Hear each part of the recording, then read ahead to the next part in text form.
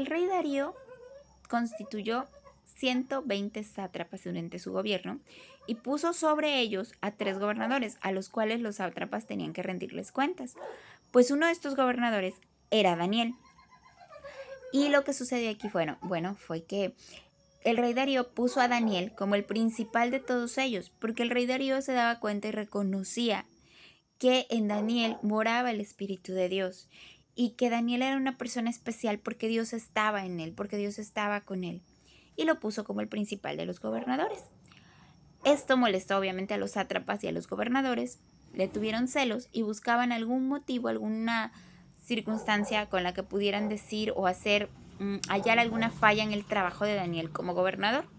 Pero no lo encontraban, porque Daniel era un hombre íntegro. En el corazón de Daniel vivía Dios y él no se corrompía, luchaba día tras día por ser mejor para Dios. Así que no encontraron ninguna falla en el trabajo de Daniel.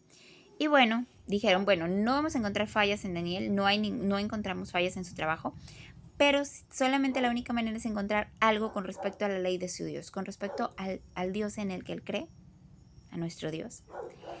Y entonces ellos agarraron y vinieron con el rey muy astutamente, todos los sátrapas y los otros 2 gobernadores, y le dijeron al rey, nosotros hemos pensado en una ley que diga que cualquier hombre que le haga una petición a cualquier dios u hombre que no sea usted, rey Darío, durante los siguientes 30 días, sea echado en el foso de los leones. Y hemos traído esta ley para que usted la confirme. El rey Darío le pareció bien y entonces confirmó la ley y el edicto ahora sí que se volvió una ley. Y entonces cuando se enteró Daniel de esta ley, él se fue a su casa, abrió sus ventanas, la ventana que daba hacia la ciudad de Jerusalén, se arrodilló y oró a Dios 3 veces al día, como lo hacía desde antes. Siempre hacía esto Daniel, oraba 3 veces al día. Y entonces vinieron estos hombres, los sátrapas, los gobernadores, y lo encontraron orando a Dios. Y vinieron rápido con el rey Darío y le dijeron, oiga, rey Darío, ¿es verdad que usted confirmó el edicto que dice que nadie debe hacer ninguna petición a nadie que no sea usted? Y el rey dice, sí, yo la confirmé. Y entonces agarra y dice, pues aquí está Daniel, lo encontramos orando, debe ser echado al foso de los leones. Pero entonces el rey Darío, fíjense, esto es muy importante, el rey Darío pensaba cómo era posible librar a Daniel del foso de los leones. Y se estuvo todo el día hasta que llegó la noche pensando cómo librar a Daniel del foso de los leones. Él era el rey, mas sin embargo un edicto que había sido confirmado por él no se podía echar para atrás. O sea, no importaba cuánto poder tuviera el rey Darío, no podía echar su propio edicto para atrás. Era una ley. No importaba el poder de este gobernante, no podía echar para atrás lo que ya había dicho. Y estuvo así, pero no pudo. Y los sátrapas y los gobernadores presionaban al rey Darío. Está bien, traigan a Daniel. Y trajeron a Daniel. Y entonces le dijo el rey Darío, pues Daniel, tu Dios a quien sirves continuamente, te libre del foso de los leones. Qué bonita frase, tu Dios a quien sirves continuamente, te libre del foso de los leones. Y entonces lo echó. Y selló, pusieron una piedra sobre el foso y la sellaron con su anillo y con el anillo de los príncipes para que pues nadie quitara el sello y sacaran a Daniel o algo así. Y el rey se fue, se acostó sin cenar, no le trajeron música y no pudo dormir. Y muy temprano en la mañana, se levantó muy muy temprano y fue y le dijo y gritó tristemente, con una voz triste. Él no creía que Daniel estuviera bien. Y dijo, Daniel, ¿tu Dios a quien sirves tan fielmente pudo librarte del foso de los leones? Y entonces Daniel le contestó, vive el rey. Le dijo, dice, mi Dios vino, mandó un ángel que le cerró la boca a los leones y no me hicieron nada. Entonces el rey muy contento mandó sacar rápidamente a Daniel del foso de los leones. Y Daniel estaba totalmente intacto, no tenía ni un rasguño, nada, nada, nada. Y entonces agarró el rey y mandó a echar al foso de los leones justamente a aquellos hombres que habían acusado a Daniel, a ellos y a sus familias. Y los echaron y todavía no caían, no terminaban de caer al fondo del foso cuando los leones los tomaron y les quebraron los huesos. Y entonces el rey mandó a decir, un edicto, que todo el mundo debía temer en su reino al Dios al que Daniel servía, porque era un Dios que hacía maravillas, era el Dios todopoderoso, era el Dios más maravilloso. Y bueno, todo el mundo debía temerlo. Él había librado a Daniel del foso de los leones, del poder de los leones. ¿Por qué lo decía así? Porque bueno, ellos en esa época creían en muchos dioses, por eso lo dijo así. Nosotros sabemos que solamente hay un Dios y que es nuestro Dios. ¿Por qué te cuento esta historia? Te la cuento porque una es muy hermosa, dos es real, sucedió. Hay quien puede decir que son mitos, pero no, son reales y Dios sigue haciendo milagros hoy. Dios no nos abandona, hoy nos sigue prosperando, nos sigue ayudando y nos sigue bendiciendo. Y eso que te decía, el rey Darío con todo su poder no pudo librar a Daniel. No pudo. ¿Por qué? Porque era algo que estaba en las manos de Dios nada más. Y Dios permitió que Daniel entrara en el foso. Dios permitió que Daniel cayera con los leones siendo un hombre íntegro, siendo un hombre que luchaba por portarse bien para Dios. Pero Dios permitió esto porque Dios se iba a glorificar. ¿Sí? ¿Por qué lo digo así? Porque es la verdad. Dios permite esto y después el rey Darío manda que le dictó que no había Dios como el Dios de Daniel. Y lo manda por todo su imperio, que era un imperio enorme en aquella época. Y también le dijo algo bien lindo. Tu Dios, a quien continuamente sirves, te libre del foso de los leones. Tu Dios, a quien continuamente sirves, justamente. Daniel servía a Dios todo el tiempo, continuamente.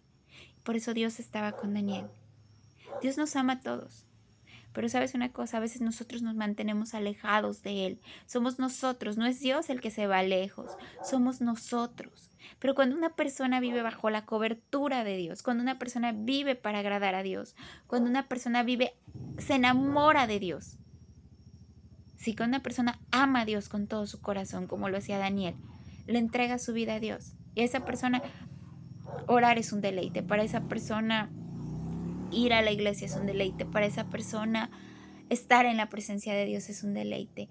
Y entonces Dios está con él. Dios lo cuida, lo ayuda. Claro que nos cuida a todos. Y yo no digo que Dios va a cerrar sus oídos cuando tú le clames, si tú a lo mejor no haces esto.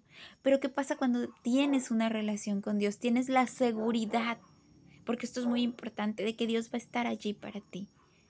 ¿Sí? De que sin importar lo que tú estés pasando, lo que Dios dijo que iba a hacer, lo va a hacer contigo. Que sin importar lo que tú estés pasando, Dios te va a librar del mal.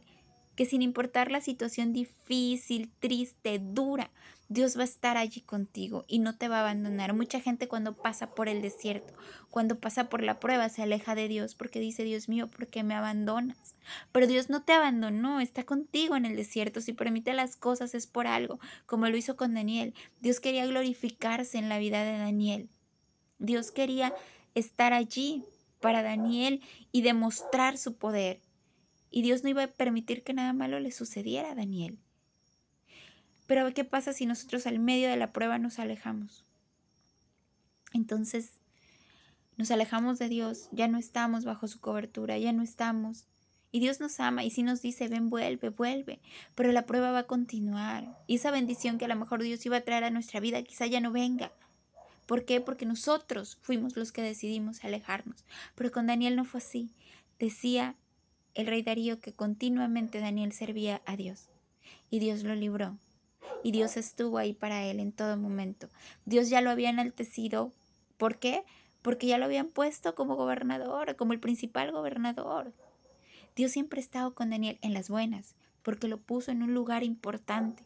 Y también en lo difícil, porque no lo dejó solo en el momento de la dificultad. Dios lo libró.